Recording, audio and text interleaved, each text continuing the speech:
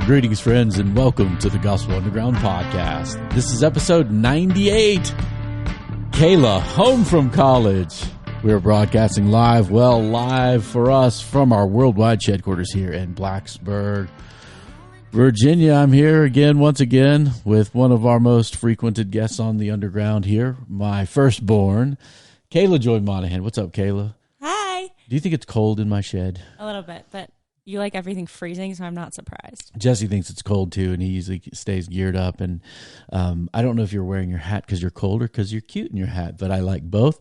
Definitely both. Both. Well, thanks for joining me again. You are home now. We certainly had a good time with our first Kayla at college in the first semester when you guys made national news, where the conservatives were upset with Washington and Lee, saying that you were seditiously training the youth of America to overthrow these United States. You defended yourself well and explained to us that it was a writing seminar looking at different changing governments' manifestos and learning to write manifestos yourself. Not a bad thing, particularly when one of the first texts in that class was the Declaration of Independence. So we're not doing that today. There's no controversy. We're home together. Kayla got home a couple weeks ago now. Has it been that long? Or Yeah, it was November 19th, so it's been just about a month. Yeah, almost a month. Mm-hmm. I'm in a time warp, y'all. We've had quite a lot going on, and Kayla's been a great help helping out with my wife, Casey, and her mother. She's had some surgeries, and we've just been serving her, and you've been wonderful. Thank you for all your help. But wanted to have you on again because obviously you were coming out of the COVID life, wearing masks, and you're getting emails now from your college about what to do in the winter semester. I just want to go back. Just want to go back, yeah. You'll be tested on the way in and wear masks and all that, but we hope you can go back as well. So what was it been like, coming? You don't know a different. You couldn't go to football games. You couldn't go to sporting events, which I always thought was fun as a freshman going to UNC football. We dominated Miami this weekend. Hokies beat the Wahoos. Always good to see UVA lose. Sorry, Steve Garland. Go Hokies. So, but you didn't get any of that kind of college life experience, but you did have some and made some good friends. You'd mentioned, hey, I want to go back so you can see your senior friends. What's it like transitioning home now? It'd be, you're getting allowance. I'm giving you $1.50 a week again. No, I'm just kidding. We never really did that. I've never had an allowance. Yeah, we just share the work at our house, and we need things. So I Zelle money to my daughter because I'm a man and a father. I like to Zelle slide some cash towards Kayla Joy. What is it like being home after being a big grown college person now back at your house? It's been good. It's been different. But I feel like now it feels great. At the beginning, when I first got home, I was really nervous, more about my friendships from high school than like family stuff. And so I was kind of surprised when I got home, and I just felt like I had been, this is a stretch. I was not erased, but it kind of felt like I was erased. Yeah, there was a life going on that you were not a part of. And we even had a separate group text called Home Team at Home. I didn't know that. You didn't know. Well, now I just, let me add to it. Well, we just didn't want to burden you with all the chitter chatter that was going on about details of schedules and stuff. But, well, I came home and like my color wasn't on the whiteboard. That's right. And I was like, that's right. And that sounds silly, but we have a huge whiteboard that's color coded. Like, that's my baby. Yeah. And you used to help your mom architect that, Yeah. Analog technology, serving the family. And I wasn't even on it. And I was like, Mom, you didn't even have what day you're picking me up. Like, I didn't. She was like, well, we didn't know what day. And I was like, you're right. I didn't make a decision. So like, it was just really odd to like come back into that. And everybody's in school. Everybody's still in soccer. Everyone's still working. Like, and I had nothing because I finished my exams before Thanksgiving break and was done. Yeah. Huge blessing. And was done. But so I had nothing to do. And I was like, well, I'm home. What do I do? Hi, I'm back. You know what I like about you, though? This is really fun. When I came home, probably my freshman year, the first time, I was thinking, well, my mom was like, what do you want to eat? She was going to cook me dinner and do my laundry. No, first thing I did was dishes and laundry when I got home. And I cleaned the whole house from top to bottom. No, I meant she was going to do it for me. I know. That's what I'm saying. I didn't do that. You're thinking about seeing your friends. You're helping us out. You're just You're a pretty great kid. That's just my opinion. But it's been great to have you home. Yeah. And it's been good now. Like, I feel like I've figured out like my rhythms in the house now, and like it feels way more normal, different than it did before, but way normal now. And I really enjoy being home, kind of helping with whatever I can. Kai and I went to Narrows and got a Christmas tree, just the two of us. Yes. We couldn't get it in our schedule. I had it scheduled for us to go get our Christmas tree tomorrow, which is my birthday. I will be 48 years old, close to 50. And so old. But I couldn't go, and it's going to be a snowstorm here tomorrow, so we can't go get a tree tomorrow. So the girls, our grown girls, went and got the Christmas tree for the family all by themselves. The guy cut it down and strapped it to the car, and then we made it. I was only 2 minutes late to pick Tommy up from wrestling practice, so I think it was fine. That's right. Tommy's wrestling practice where they have to stay 10 feet apart. And wear masks. And lift weights and act. I don't know what they're doing. But anyway, we'll pray for that. Well, Kayla, today, one of the things that we've been talking about here on the podcast, you guys who have been following us around on these internets, we've been talking about the importance of a distinct Christian identity amidst kind of this politically charged turmoil time in our culture, and that how we always live life in the borderlands between the kingdom of God and the kingdoms of this earth, and that we have to have a distinct identity as we travel through them. We have to resist certain things. We have to resist the siren songs of power and pleasure. We have to resist people that would say, come away with us and kind of do things that way. We certainly have to resist people who want to erode human rights. We just talked about that. And the unique thing about a university setting, you guys talk about all these things. A lot of people caring about a lot of stuff and writing stuff, reading stuff. And you're a follower of Jesus, Christian convictions, worldview, a thoughtful person by nature. You think and read deeply. And you're in college, right? I just wanted to talk to you a little bit. I'm not going to grill you about what are your professors teaching you. Most weeks we were talking anyway about when you were preparing for different all the time. Yeah, for different things, which was an honor for me. I mean, I love intellectual banter and jousting and things, and so you sharing some of the things you guys are going to be talking about and things you read. I would be reading something. I'd be like, I need to talk about this before I have to talk about this. And so we'd schedule a call, talk for, it was supposed to be half an hour, it'd be 2 hours. Yeah. And I'd go into class and like my professor would be like, wow. I was like, yeah, I talked to my dad about it for 2 hours yesterday. He goes, outside of class? I was like, yep. And they loved it. They thought it was the coolest thing. I did too. Thank you. I mean, you'll learn this maybe later in life when you're old like me and maybe have kids. You just like being included when you're away, And I know we talked before you left, but you did a great job at keeping the balance of, hey, we didn't ever feel like you didn't leave home. You left and were stretching your legs, establishing yourself out there, but yet still included us in what's happening, and that was cool. So, and certainly intellectual banter about your educational philosophy class or whatever. Yeah. So, obviously, you're navigating all sorts of ideology, right? And I would say, the suspicions that universities are more kind of ideological. Hey, the government solves all our problems, or education solves all our problems. Very ideal. Yeah, it's very ideal. A lot of idealisms happening. Throw off all the traditions and do stuff new, like me, because I'm smart. That kind of thing goes on. So as a young Christian intellectual, right? How was that? I mean, we talked about here on this podcast this example of Daniel in the the Old Testament, really, who was taken captive quite literally and was saying, "Hey, you're going to help us rule this empire." So he had to get good grades at Babylon U. He had to and then he exceeded all the folks in the wisdom and knowledge of the Babylonians or the Chaldeans, their culture, and did really well, but yet maintained his distinct identity. We were talking about how that's important for all of us as Christians, but it's certainly important for university students. How was that? Did you feel pressures by the swirling of ideologies beckoning for you? Yeah. I will say I love my school and I love the people that I was with. I was really blessed to be with a lot of very intellectual people from very different backgrounds. Yeah. In even just where I was living. So my hall was 8 guys and 3 girls. We were all substance free, so that meant that we all committed to not come home drunk. Yes, basically that we were not going to participate in drugs, alcohol. Yeah, which was phenomenal. And because of that, we all kind of knew we had like a same baseline, but we didn't know necessarily why that baseline was there. And it was different for all of us. And we came up for some, other times it didn't. And but it was nice to just kind of have that base. And so we would, every Friday night, my amazing RA, basically residential advisor. Yes. Yeah. She reserved this theater for us, this little theater that usually is used for like different events that really is vacant at the moment. She reserved it every Friday night for us.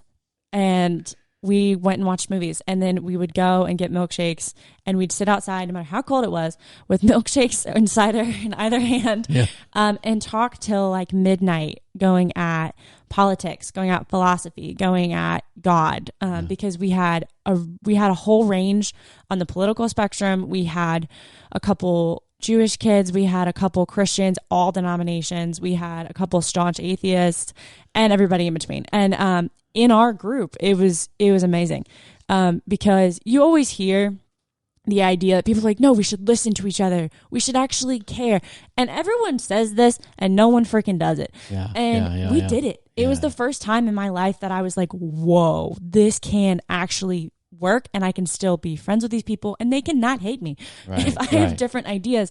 And we all came at it from a perspective of, we all knew, one, we were stuck with each other, but two, that we liked each other. Because of COVID, you were kind of with your hall people, right? A lot of the time. Yeah. And so people would just be like, hey, let's go get dinner. And we'd go get dinner and talk about the election. Yeah. And I was like, oh dear, this is going to be rough. This is going to go poorly. We had some... Yeah. We had two guys from the same city in Pennsylvania. So Pennsylvania. Right. One, home of the Pittsburgh Steelers. Yeah. Well, they were from Pittsburgh. Yeah. One, a staunch Trump supporter. One, the complete polar opposite. And we were just like, oh my gosh, how is this going to go? And it was phenomenal. Yeah. Like, no one at the end was like, great, we're going to switch sides now, or really changed that much on a lot of their opinions. But it was the first time that they were hearing opinions that were very different from them. And listening. And truly listening. And then afterward to be like, all right, screw it. Jokingly, you're stupid. Let's go to dinner. Yeah. And that would be it. And so for me, I was so grateful. I know a guy that I absolutely so grateful for, super strong atheist guy, and me and three of the guys were at dinner, and the two of us just started going at it about philosophy, about basically what is human nature, morality, this whole, hour-long thing. And the other two guys started to join in at first, and then we just went off. And the other two just looked at each other, and we would just laugh because he and I were going, and we look over and they were just kind of like, wow, these nerds. One of the things that even listening to you recount that story again, when somebody actually cares about these issues, right? It's much easier to have a conversation. Absolutely. And then you realize there's other people thinking deeply about them. Yeah. And that's even, some of the atheist friends I've made over the years. You remember my friend John, who passed away, became a Christian, actually. He started an atheist, and over the course of our long friendship, the Lord brought him to himself. And but I always loved John because I respected his mind. Yeah. He cared. He was respectful of me most of the time. Well, you can... Yeah. You can give it to each other a little bit. Yeah. And, it just creates a richness. And so this is all outside of class, the course you're studying. Curriculum. Day to day, how it was. Well, tell me a little bit about in class, right? Because there are some folks that say, hey, people are trying to brainwash people in college, trying to influence young minds. As someone who kind of has a view of God that's a certain way that's revealed in Jesus, right? How was that in classes where you, being you, bringing your ideas or whatever to the table? How's that feel? I was in an interesting range of classes of very different things. So, in my geology class, for me, obviously, God didn't come up when we're looking at rocks per se. But for me, as a Christian, I feel like I grew a lot from looking at rocks. Yeah. Which was, and we're going up in the mountains on field trips basically every week, and doing stuff that I just am not normally doing. I'm not a huge outdoorsy person, so I'm not let's go hike a mountain. That's not my thing. But it was really, really just stunning, and to see just how the earth has changed and moved, and how God is in control of it all. It really kind of personally helped me grow. But in terms of intellectually engaging with people, I also had the opportunity to do that, particularly, which you already mentioned a little bit in my education class. Yeah. And so... What was the class? Was it how to teach people, or what no. kind of... So it was a first-year seminar, which basically just means it's all freshmen, which was a really cool experience. And I got to meet some other freshmen through it, which was really nice. But it's called Educating Citizens About Democracy. So, So how do you educate the folks? About America. Yes and no. So we started off it was kind of in thirds. The first third was looking at democracy. What is it? like, how do we define it? What do we think is it important at all? Why do we care? Right. Does it even matter? What is this? Okay. And then looking at education, how does education Prepare influence to be citizens? Yes, basically. Yeah. How does of the people by the for people? So you got to be able to do something. You got to be able to understand what we're trying to do in our democratic process. If you are a part of a democracy, then you have a role in that government. And if you don't understand that role, you're not going to be very helpful to yourself or anyone else. And so the idea was, from the beginning, founding fathers really were like, no, education's very important. Like Thomas Jefferson did a lot of work on it that I didn't know. It was really interesting. Right. And then the last part we looked at was, okay, how does this actually go into practice? And what is going on in our schools today? We had to do current event stuff, kind of looking at, we do fishbowl discussions where online, didn't think it would work, worked great because the people I was with. And describe what you mean by fishbowl discussions. Yes. That's insider talk. What does that mean? Yeah, so that's kind of a Socratic idea. Yeah. Basically, we would have to sign up for 2 of these things. Right. So like 6 of us would be able to sign up at a time for an event. So mine would be, let's say it's next week. I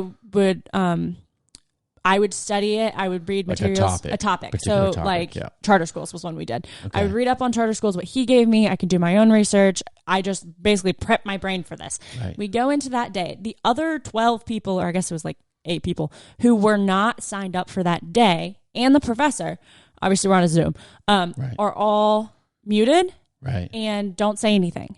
Okay. And so the professor says to the 6 of us signed up who have been studying for a week this topic. You're in the fishbowl.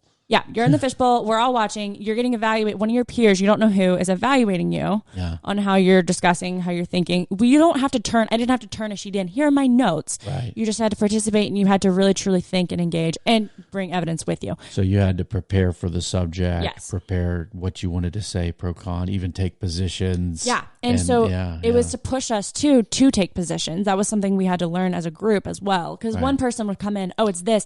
Another person might totally disagree, but it's like, well, let's not fight. Yeah. And by the end, we were like, no. What do you think? Throw it down. Put it in there. Don't be scared. Yeah.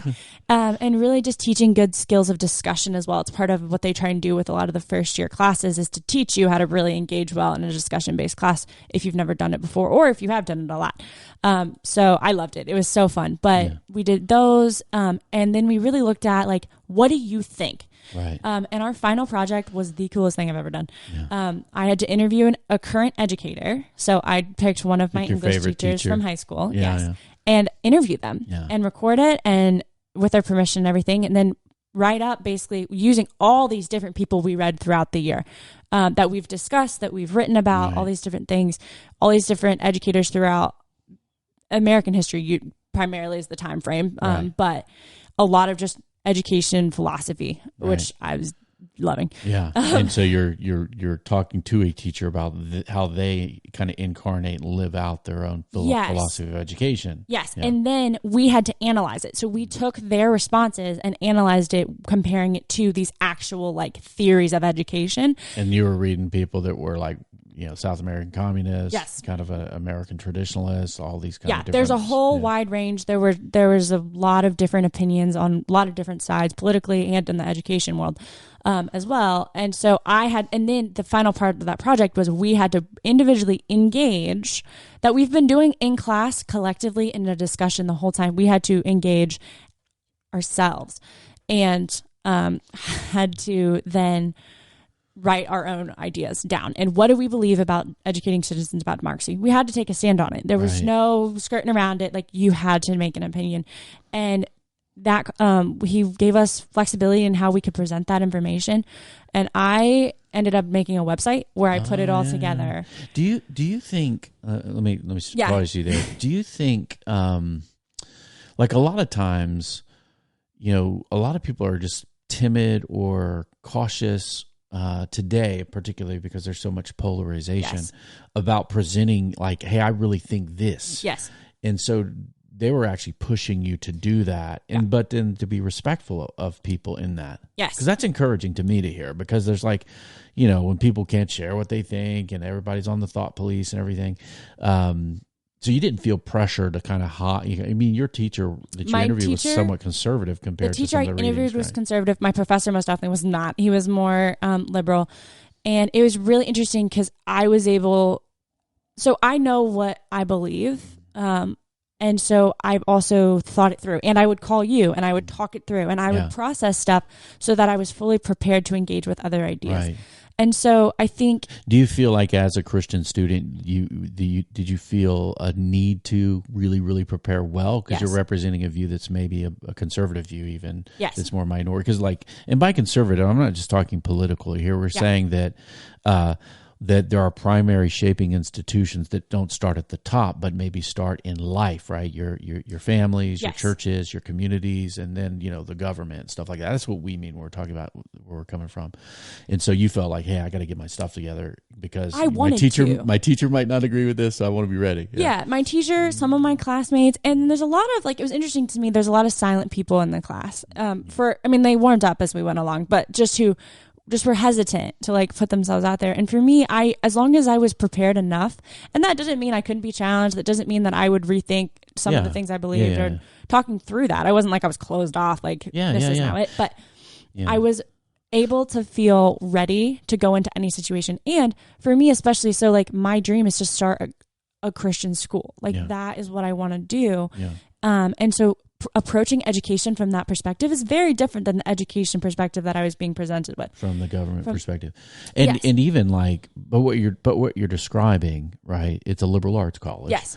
And the word liberal in its original sense, generous, free, these things are very, very good, right? I love liberalism in the sense of, hey, free exchange of ideas. Yeah. People that aren't ideologically mandated to adhere to some line. Absolutely. And you guys in college, right, are still, at least at your college, are allowed to speak your minds. Yes. Yeah. And it was interesting because even though our professor definitely was like, yeah, I think about this, we would disagree with him. He'd challenge us. He'd push back. We'd go back and forth. It was fun.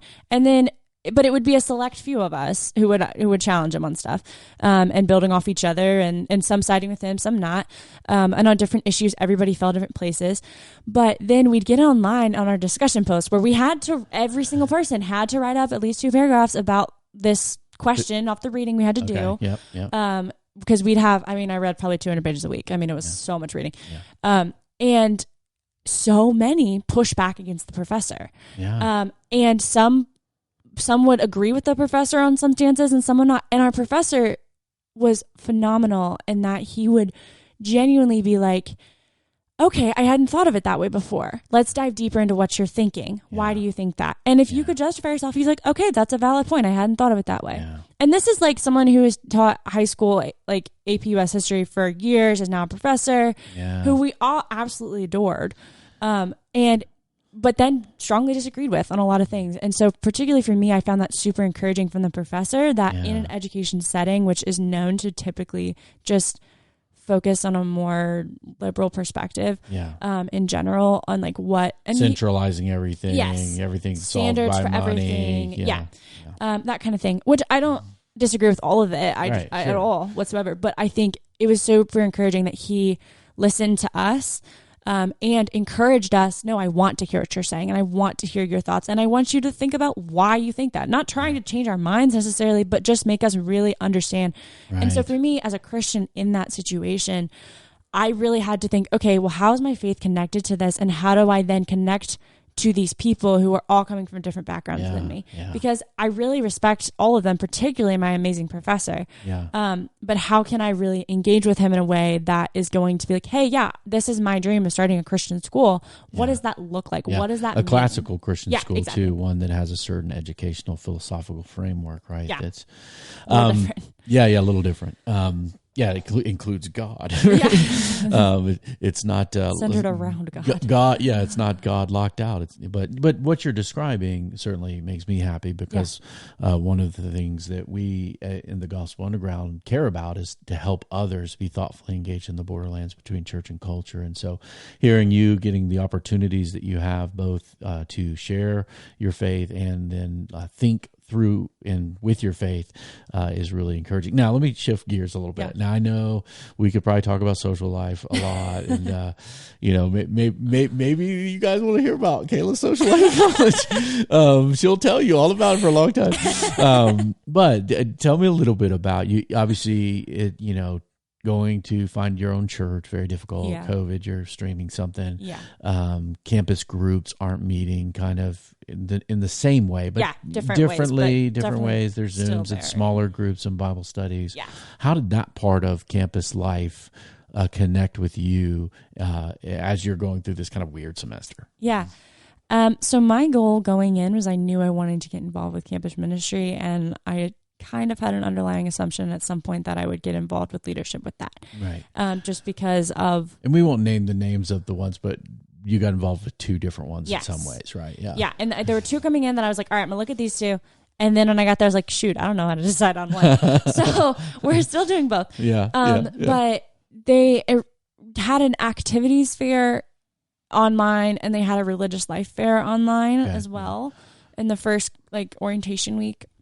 And I looked and checked out both. I talked to people from both organizations, really liked them. Ended up really connecting with a senior who I talked to in a breakout room. I guess we can say it's InterVarsity and I Reformed don't University think Fellowship, RUFID. Because you haven't picked one yet. We're like, you're not putting one up or down. Yeah. So I met a girl, a senior from IV, who was like, I'm starting this first year small group. You should come. I'm from Patrick Henry High School, which is we played them in soccer. Roanoke, from Roanoke. And I was like, I love you. You're amazing. I'm coming with you. Dragged one of my friends with me. I was like, you're coming. And that small group has been incredible. Yeah. I mean, I cannot say it for enough. Friendship, encouragement. Yeah. We had a group of...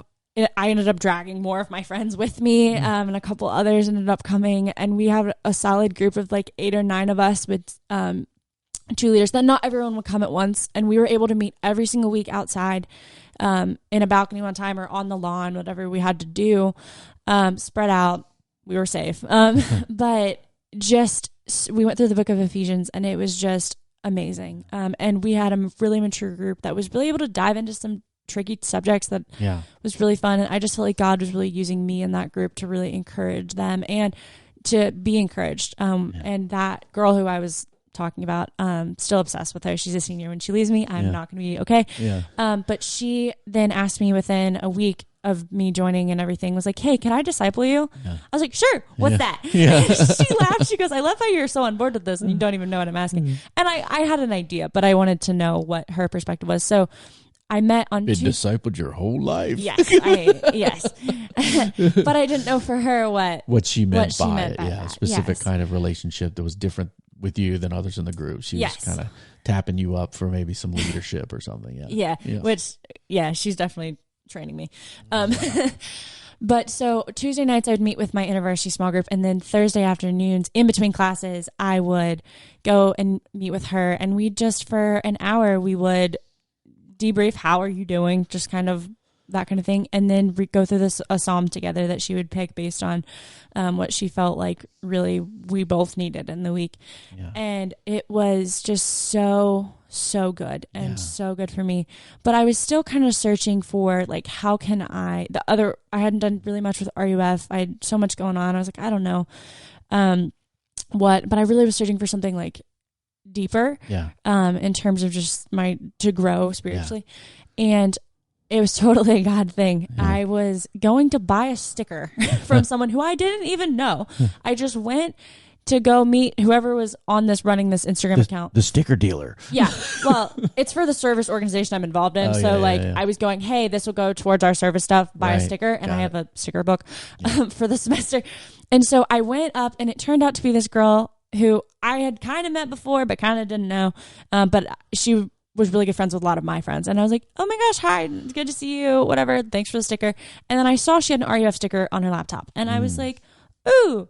You're like, what's rough? No, I was like, are you in RUF? She's like, yeah, I'm actually a small group leader, da-da-da. She's like, I'm going to a Bible reading thing with RUF right now. Do you want to go? And I was like, I had a costume fitting for the show I was in 45 minutes. I was like, what time's it? And she goes, 1. I was like, all right, great, I can run. So I just spontaneously went, and I did not miss a Friday after that.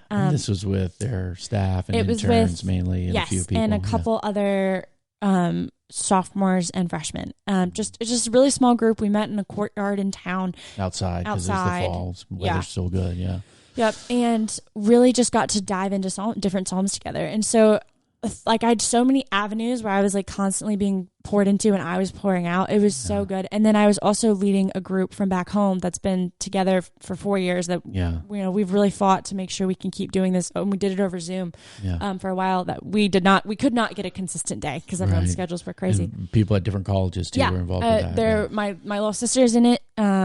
My best friend who's at Old Dominion, and then my other really close friends, one's at Tech and like one's at University of Richmond. Everybody is like connected from out there, from far away. So and it's just like being in class, basically, on Zoom. So I was so grateful that within such a short period of time, I was really able to find an amazing just family of faith there in so many ways that God just answered so many prayers. And there's still more I'm praying about with those organizations and how I want to get involved, what I want to do. Well, that's your big challenge. And I think we can close with this. My question to you is this is your question as your dad, also as a Gospel Underground podcast host. How are you going to sort through all the things that are offered in a university setting? There might be a sorority involved. There's lots of education stuff. There's lots of campus ministry groups. There's a million things to do, even during the masked up season we're in. How can we pray for you to funnel these things effectively and not be overwhelmed in life? Honestly, it's gonna be not overloading myself now because I do have more time now and I do have more wiggle room now, like a lot, and just wisdom in deciding like what to commit to. Because I have gotten involved with a lot of different things that I love all of them. I came with the goal of like getting involved with faith, theater, service, and something else. And something else became the library, to no one's surprise. And I did all of them. You're going to work study in the library. Yeah, I'm so excited. The librarian buddies you got. Yeah, we're going to like help decorate the library and like run the social media. I'm so stoked. Yeah. But yeah, so like I came in with those goals and like I've nailed them all. And now that I'm in them all, there's opportunities in all of those for me to continue to get more invested. And so I want to really bad, but should I is the question. And so I think it would just be prayers of discernment, really knowing like where God wants me to use me to make the most impact. And then also that I don't burn myself out and that like where I can find people that also will pour into me because I am, as my RA, a helper. You're a helper. Calls me a giver. I just constantly give, which I love to do, but there are moments when like I just can't. Helpers anymore. Get tired too. Helpers, and then they feel like nobody cares about them, and Oh, well, that sounds familiar. Yeah, I do that too. So, Kayla, it's really, your middle name is Joy. It's a joy to hear from you, how you're doing. Here's my advice. Commit slowly so you can commit deeply. That applies to lots of things. Maybe with guys. No, I'm just kidding. I won't There's give it. no updates there, so don't worry, guys. There's no updates. Well, we're all cheering for you. We love seeing young people stretch out into the callings that God has for them. And we're grateful, obviously, as your family. And then obviously, here I'm looking at a camera. My camera went dead, so I'm not, you won't get video on this one. Everyone who's listening into this, we're pulling for you, Kayla. Some people may feel like, you, Kayla at College podcast. We'll return maybe if we get a more sense of normalcy, have you back on, or if there's a specific topic in one of your classes that comes up, maybe we'll get on, kick it around here. But we're glad to have you. Anytime. Thanks for having me. Yeah. Sorry the video broke. You look great. Everybody, Kayla looks so cute with her little hat on, but you're not seeing her. The Gospel Underground is a partnership produced in cooperation with the Bonhoeffer House. You can review us on iTunes. 5 stars are acceptable. Send your comments, feedback, suggestions you might have. Questions for Kayla, send them to us at info@gospelunderground.org. We are dialogue taking place in the borderlands between the church and culture. College campuses rolling in them streets. Thanks for joining us, Kayla. Peace.